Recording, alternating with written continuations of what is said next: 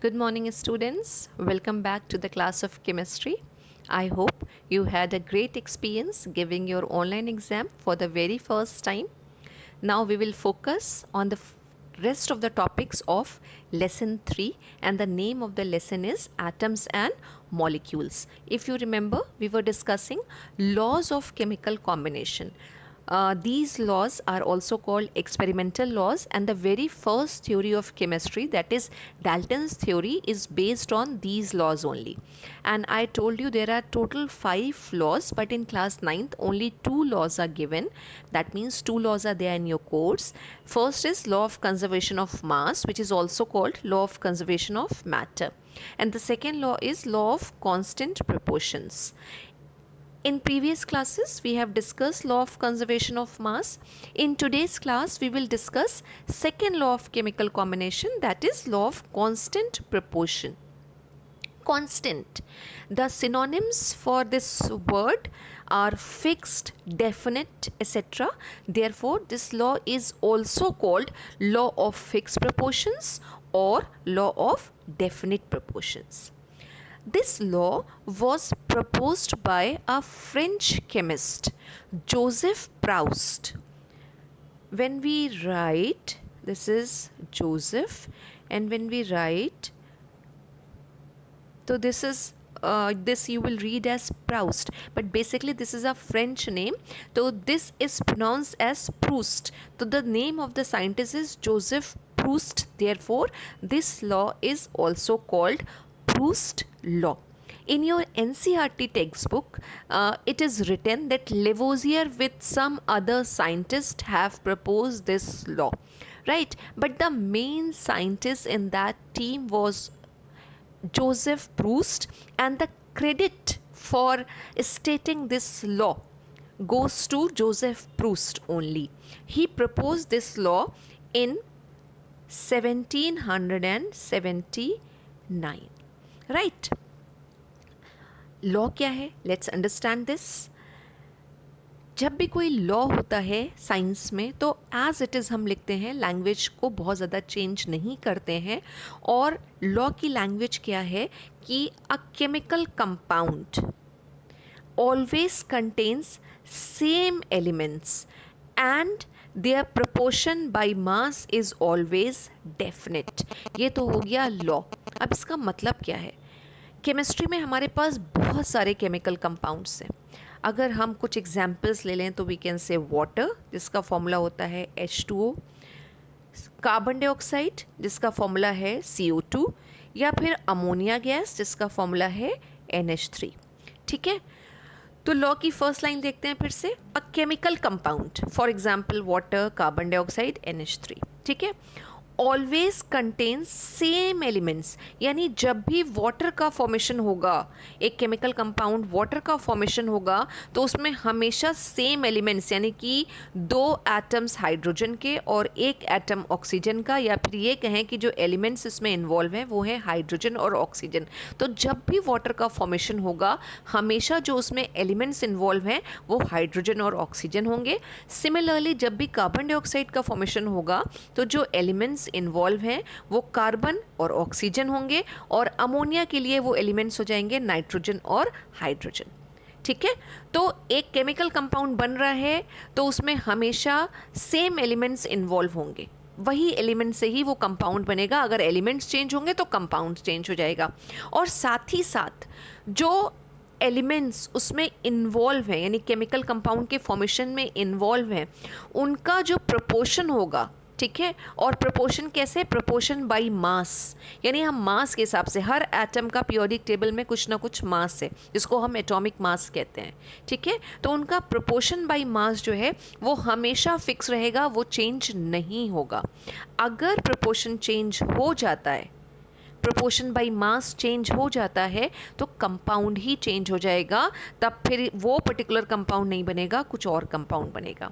Right, तो let's read this law again कि क्या लॉ बोल रहा है. ये लॉ कह रहा है कि a chemical compound always contains same elements and their proportion by mass is always definite. So we can say that a chemical compound always has a fixed composition and it does not depend on the methods of its preparation or the source from which it has been obtained. Means water, we know there are so many sources from which we can obtain water. There can be river water, there can be sea water, tap water, distilled water. ठीक है, source कुछ भी हो, कहीं से भी water obtain हुआ हो, किसी भी मेथड से वाटर बनाया गया हो, राइट। लेकिन जब भी वाटर का फॉर्मेशन होगा तो उसमें जो एलिमेंट्स इन्वॉल्व होंगे वो हाइड्रोजन और ऑक्सीजन ही होंगे, और हाइड्रोजन और ऑक्सीजन के बीच में जो रेशियो होगा, जो प्रपोर्शन होगा बाई मास, वो भी हमेशा डेफिनेट आएगा। किस तरह से हम प्रपोर्शन निकालते हैं, उसके लिए हमें एटम के मासेस की इंफॉर्मेशन होना बहुत ज़रूरी है। अप टू क्लास 9th ये बोला जाता है कि जो स्टूडेंट्स हैं, ठीक है, एक प्री रिक्विजिट होती है किसी भी टॉपिक को समझने के लिए।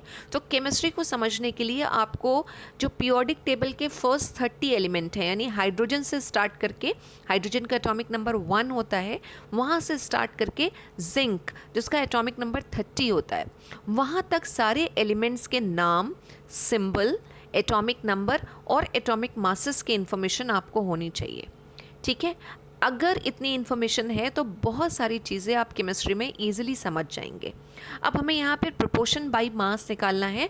उसके लिए हमें जो इसमें एटम्स इन्वॉल्व हैं, जितने भी हमने तीनों कंपाउंड्स लिखे थे, उसमें जो भी एटम्स इन्वॉल्व हैं उनके एटॉमिक मासेस की इंफॉर्मेशन होना चाहिए। तो हाइड्रोजन, ये H जो है ये हाइड्रोजन का सिंबल है और O ऑक्सीजन का सिंबल है। हाइड्रोजन का मास होता है 1 और ऑक्सीजन का मास होता है 16, राइट। और अभी मैंने कोई यूनिट नहीं बोली है, हम इसके बारे में बाद में बात करेंगे। तो मास हाइड्रोजन का, एक हाइड्रोजन एटम का मास 1 होता है और यहाँ पे वाटर में 2 हाइड्रोजन के एटम इन्वॉल्व हैं, यानी टोटल मास की अगर हम बात करें हाइड्रोजन की वाटर में तो कितना आ जाएगा 2।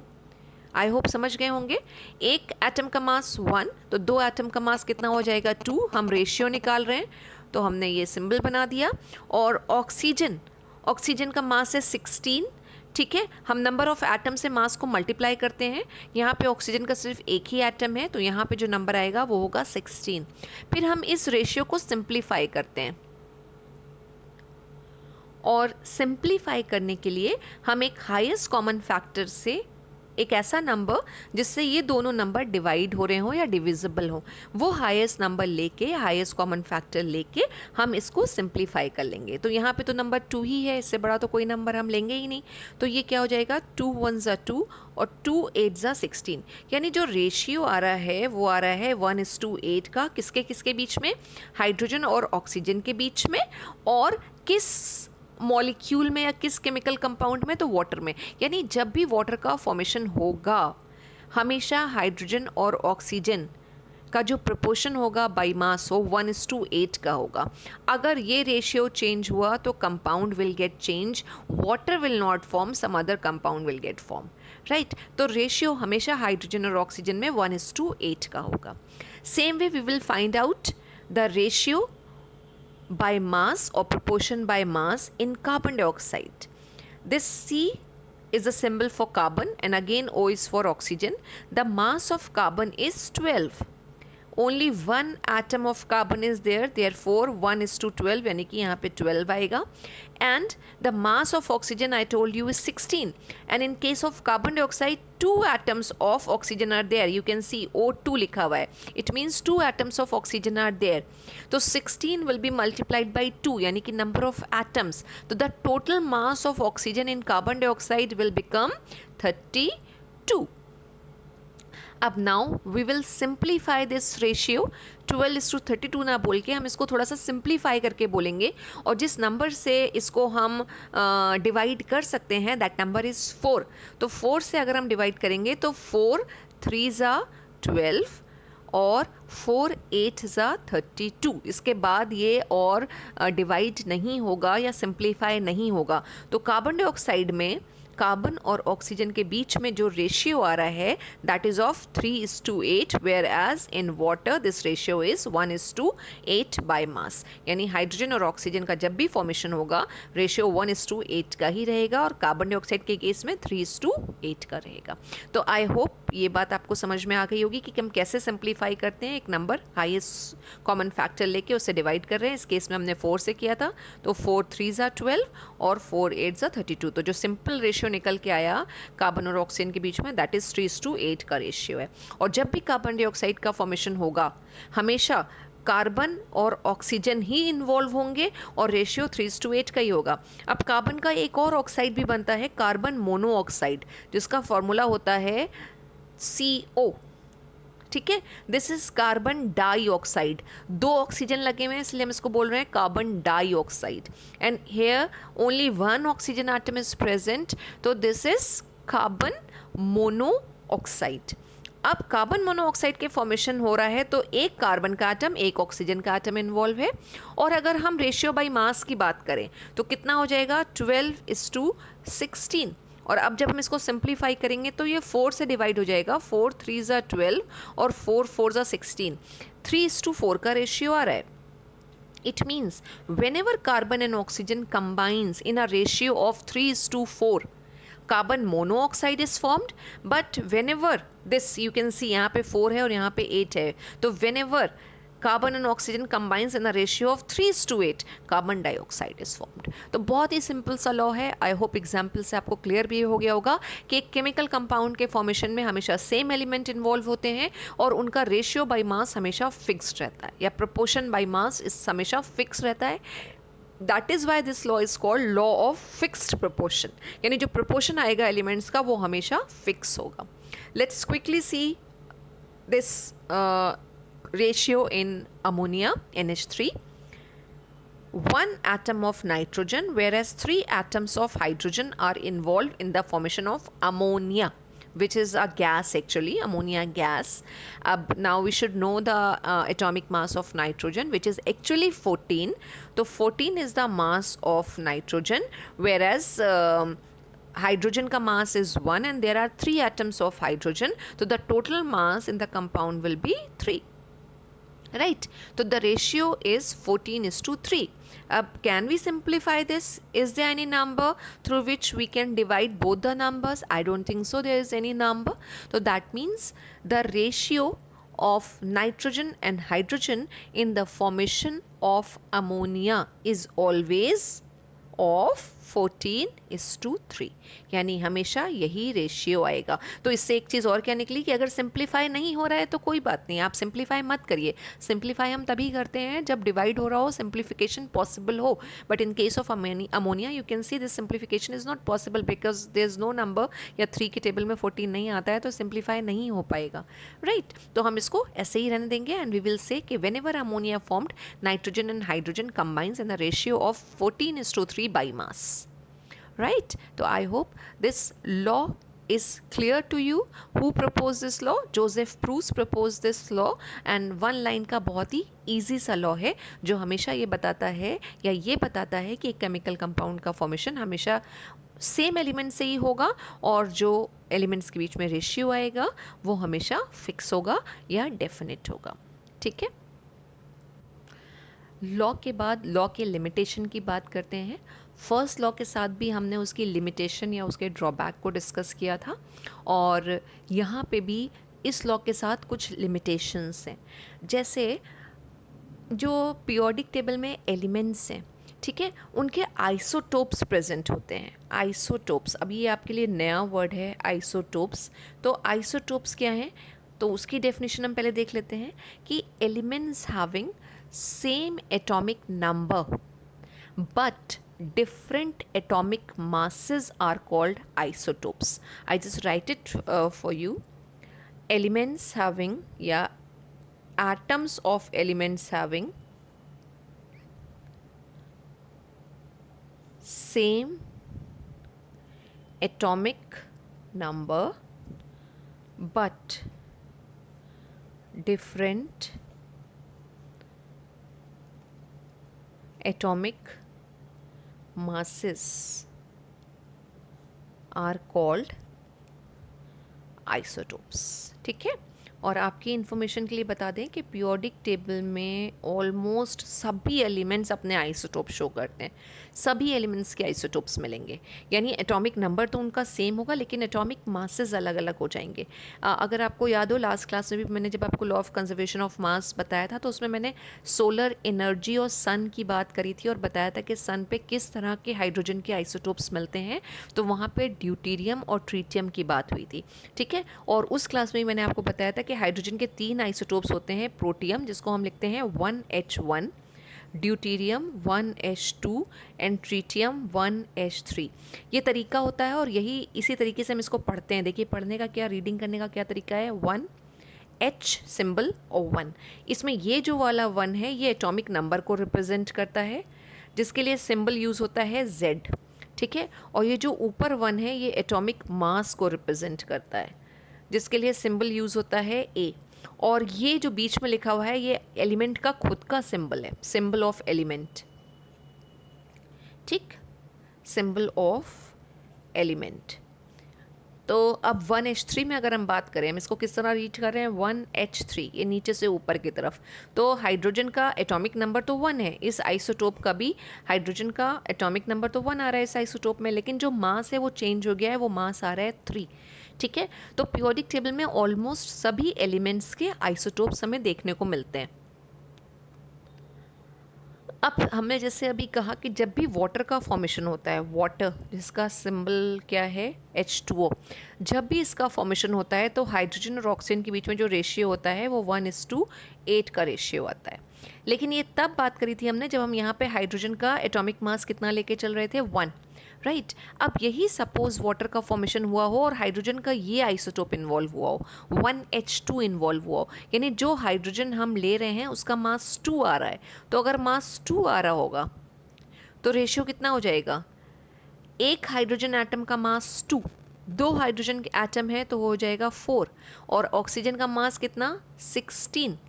राइट, अब हम जब इसको सिंप्लीफाई करेंगे, let's simplify this, we will get 1:4। यानी कि अगर हमने हाइड्रोजन यहाँ पे लिया है कौन सा, ड्यूटेरियम, राइट, अगर ये हाइड्रोजन हम लेके चल रहे हैं, फिर आप देख सकते हैं कि वाटर का अगर फॉर्मेशन होगा तो उसमें रेशियो 1:4 का आ रहा है, 1:8 का नहीं आ रहा है। लेकिन हमने एक और सेंटेंस भी बोला, वो ये कि जब भी रेशियो चेंज होता है तो कंपाउंड चेंज हो जाता है।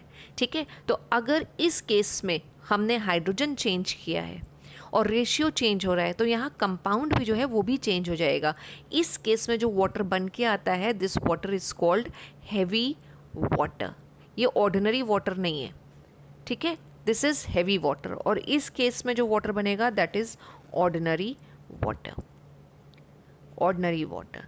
तो ये लिमिटेशन है इस लॉ की कि अगर कंपाउंड के फॉर्मेशन में हम आइसोटोप चेंज कर दें, मतलब जो यूजुअली हम लेते हैं उसकी जगह ना लेके कोई दूसरा हैवी अगर हम एलिमेंट ले रहे हैं, मास बढ़ जाता है तो फिर वो हैवियर आइसोटोप्स कहलाते हैं। तो हमने थोड़ा अगर हैवी ले लिया एलिमेंट या उसका हैवियर आइसोटोप ले लिया उस पर्टिकुलर एलिमेंट का, तो mass will get change, and if the mass will get change तो definitely the compound will also get change. इसी तरह अगर ऑक्सीजन को हम यहाँ पे चेंज कर देते, हाइड्रोजन ना चेंज करते, हाइड्रोजन हम प्रोटियम ही लेके चलते, 1H1 लेके चलते, लेकिन ऑक्सीजन चेंज कर देते तो भी रेशियो डिफरेंट आता। ऑक्सीजन के भी कई आइसोटोप्स मिलते हैं देखने को, जिसमें जो कॉमन है वो 16 है, जो भी हमने यहाँ पे मास लिया था, और दूसरा जो एक है उसका मास आता है 18। तो अगर वाटर के फॉर्मेशन में राइट हमने 1H1 लिया है, लेकिन जो ऑक्सीजन हम यहाँ पे ले रहे हैं वो ऑक्सीजन नॉर्मल 16 ना होके वो 18 मास वाला है, तो रेशियो कितना हो जाएगा, 2:18, और सिंप्लीफाई करके हो जाएगा 1:9,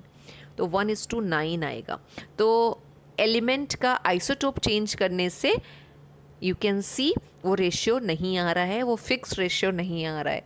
तो यूजुअली वाटर के फॉर्मेशन में 1:8 होता है, लेकिन आइसोटोप चेंज कर देने से रेशियो चेंज हो गया।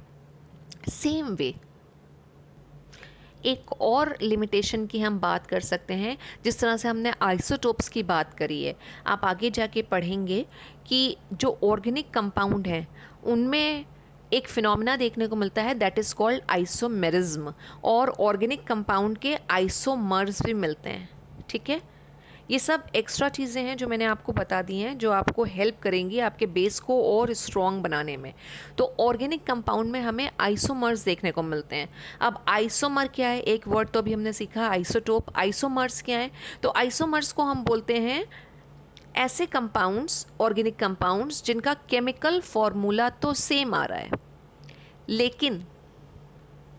लेकिन उससे जब हम कंपाउंड का फॉर्मेशन करते हैं तो स्ट्रक्चर्स अलग अलग आते हैं। ठीक है, तो compounds having same molecular formula, जिसको हम शॉर्ट में लिख लेते हैं MF, same molecular formula but different structures are called isomers. Different structures are called isomers. ठीक है, ये आइसोमेरिज्म जब ऑर्गेनिक केमिस्ट्री आप क्लास 10th में पढ़ेंगे तो उसके साथ ये चीज़ इंट्रोड्यूस हो जाएगी। तो कोड बहुत दूर नहीं है आपसे, ये आइसोमर बहुत जल्दी आप पढ़ लेंगे। अभी आप सिर्फ समझ लीजिए क्या है। तो ऐसे ऑर्गेनिक कंपाउंड जिनका मॉलिक्यूलर फॉर्मूला सेम हो लेकिन अलग अलग स्ट्रक्चर्स बन के आए, उन्हें हम आइसोमर कहते हैं। एक एग्जाम्पल अगर हम ले लें, अगर हमारे पास मॉलिक्यूलर फॉर्मूला आ रहा है कुछ इस तरह से C2H6O, ठीक है, उससे हम दो स्ट्रक्चर्स या दो डिफरेंट कंपाउंड्स बना सकते हैं, और वो क्या है, एक C2H5OH जिसको हम कहते हैं इथाइल अल्कोहल, और दूसरा CH3OCH3, ठीक है, जिसको हम कहते हैं डाई मिथाइल ईथर। ठीक, और इसको हम बोलते हैं इथाइल अल्कोहल। बिल्कुल डिफरेंट कंपाउंड्स हैं, एकदम डिफरेंट कंपाउंड्स और डिफरेंट प्रॉपर्टीज़। ठीक है, तो देखिए ये था हमारे पास एक्चुअल फार्मूला जिसमें 2 कार्बन 6 हाइड्रोजन और ऑक्सीजन थे। जब हमने इसको अलग अलग तरीके से लिखा तो देखिए 2 कार्बन इसमें भी आ रहे हैं और टोटल हाइड्रोजन 6 आ रहे हैं। 5 ये हैं और 1 ये है, 6 हाइड्रोजन 1 ऑक्सीजन। और इसी से ही हम दूसरा एक स्ट्रक्चर या फॉर्मूला ड्राइव कर सकते हैं जिसमें अगेन 2 कार्बन होंगे, 3 और 3 6 हाइड्रोजन और 1 ऑक्सीजन, 2 डिफरेंट कंपाउंड्स बिल्कुल बन के आ रहे हैं। ठीक है, तो एक ही फॉर्मूला से हमने 2 अलग अलग कंपाउंड्स बना लिए जो इंटायरली डिफरेंट कंपाउंड है। ये लिक्विड है अल्कोहल फैमिली से, ये ईथर फैमिली से गैस होता है, तो बिल्कुल अलग अलग आ रहे हैं ये। अब इस फॉर्मूला में अगर हम कार्बन हाइड्रोजन और ऑक्सीजन के बीच की अगर हम रेशियो की बात करें तो 2 कार्बन है, तो 2 कार्बन का मतलब कितना रेशियो हो जाएगा, ये 12 का डबल, कार्बन का मास होता है 12, उसका डबल हो गया 24। 6 हाइड्रोजन है, each hydrogen is having a mass of 1, तो there will be 1 to 6, that means 6 आ जाएगा यहाँ पे। और एक ऑक्सीजन का मास होता है 16। अब इसको सिंप्लीफाई करना है हमको, तो सिंप्लीफाई करने के लिए हम जो नंबर लेंगे वो नंबर क्या हो सकता है, हाईएस्ट कॉमन फैक्टर से चलते तो 3 के टेबल में 16 आएगा नहीं, हम 2 से ही स्टार्ट करते हैं। तो 12 is 2, 2 3s are 6, 3 और 2 8s are 16। जो रेशियो आ रहा है 12:3:8 का आ रहा है। अब ये लॉ क्या बोल रहा है, ये लॉ बोलता है कि जब भी एक फिक्स रेशियो में एलिमेंट्स कंबाइन होते हैं तो हमारे पास एक पर्टिकुलर कंपाउंड ही बन के आता है, राइट। जैसे हमने वाटर में देखा था कि 1:8 में जब भी कंबाइन होंगे तो वाटर ही बनेगा, कुछ और नहीं बनेगा। लेकिन यहाँ पे देखिए क्या हो रहा है कि जब भी कार्बन हाइड्रोजन और ऑक्सीजन 12:3:8 के रेशियो में कंबाइन हो रहे हैं तो इथाइल अल्कोहल भी बन सकता है और डाई मिथाइल ईथर भी बन सकता है।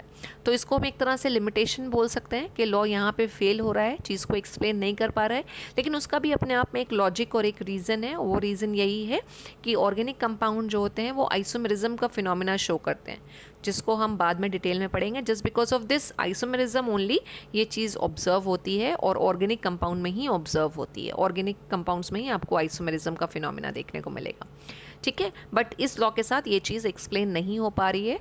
तो there are 2 limitations of this law, right?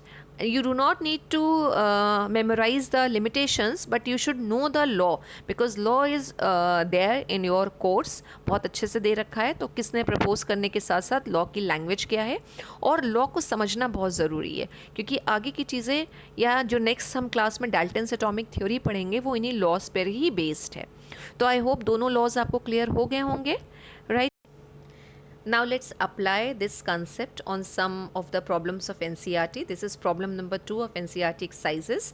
Let's see what problem says. Okay, when 3 gram of carbon is burnt in 8 gram of oxygen, 11 gram of carbon dioxide is produced. ये data आपको provided है, ठीक है। तो carbon dioxide formula क्या है इसका, CO2, तो ये कह रहे हैं कि जब भी 3 ग्राम ऑफ कार्बन हम बर्न करते हैं विद 8 ग्राम ऑफ ऑक्सीजन तो हमें 11 ग्राम ऑफ CO2 मिलती है।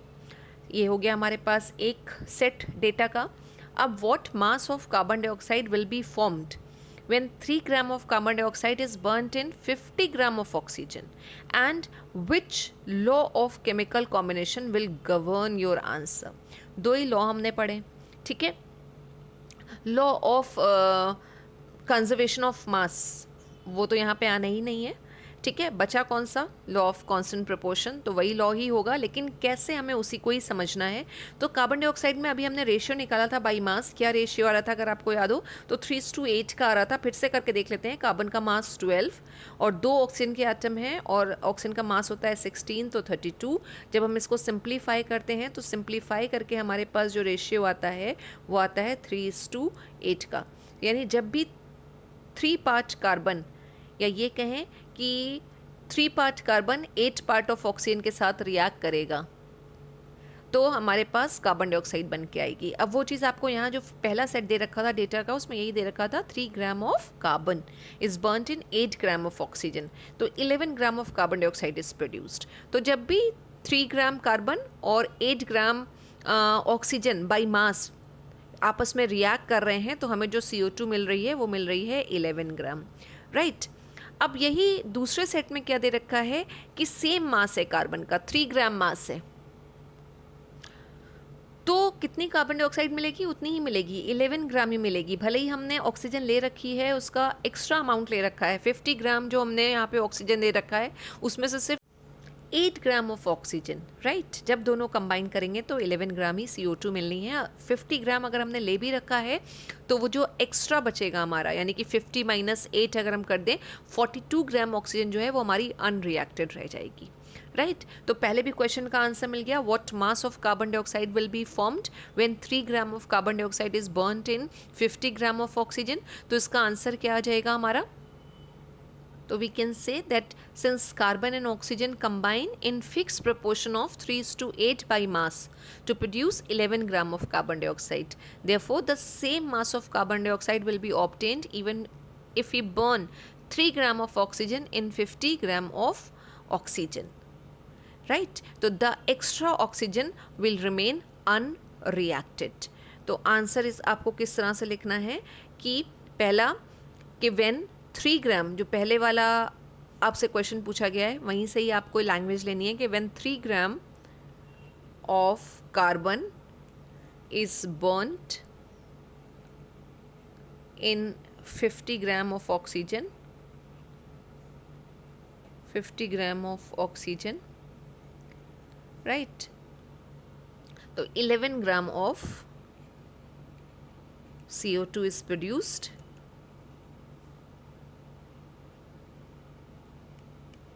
as carbon and oxygen always combine in a ratio of 3:8 for the formation of carbon dioxide. For carbon dioxide, right, the extra oxygen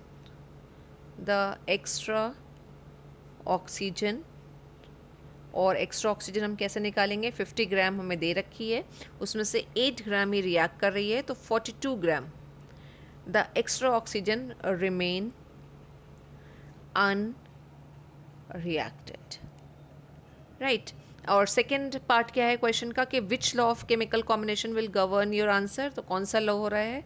law of fixed proportion. तो I hope और clear हो गई होगी आपको बात कि हम किस तरह से न्यूमेरिकल सॉल्व करेंगे जो आपके लॉ ऑफ फिक्स्ड प्रपोर्शन या कांस्टेंट प्रपोर्शन पे बेस्ड है। Thank you so much children.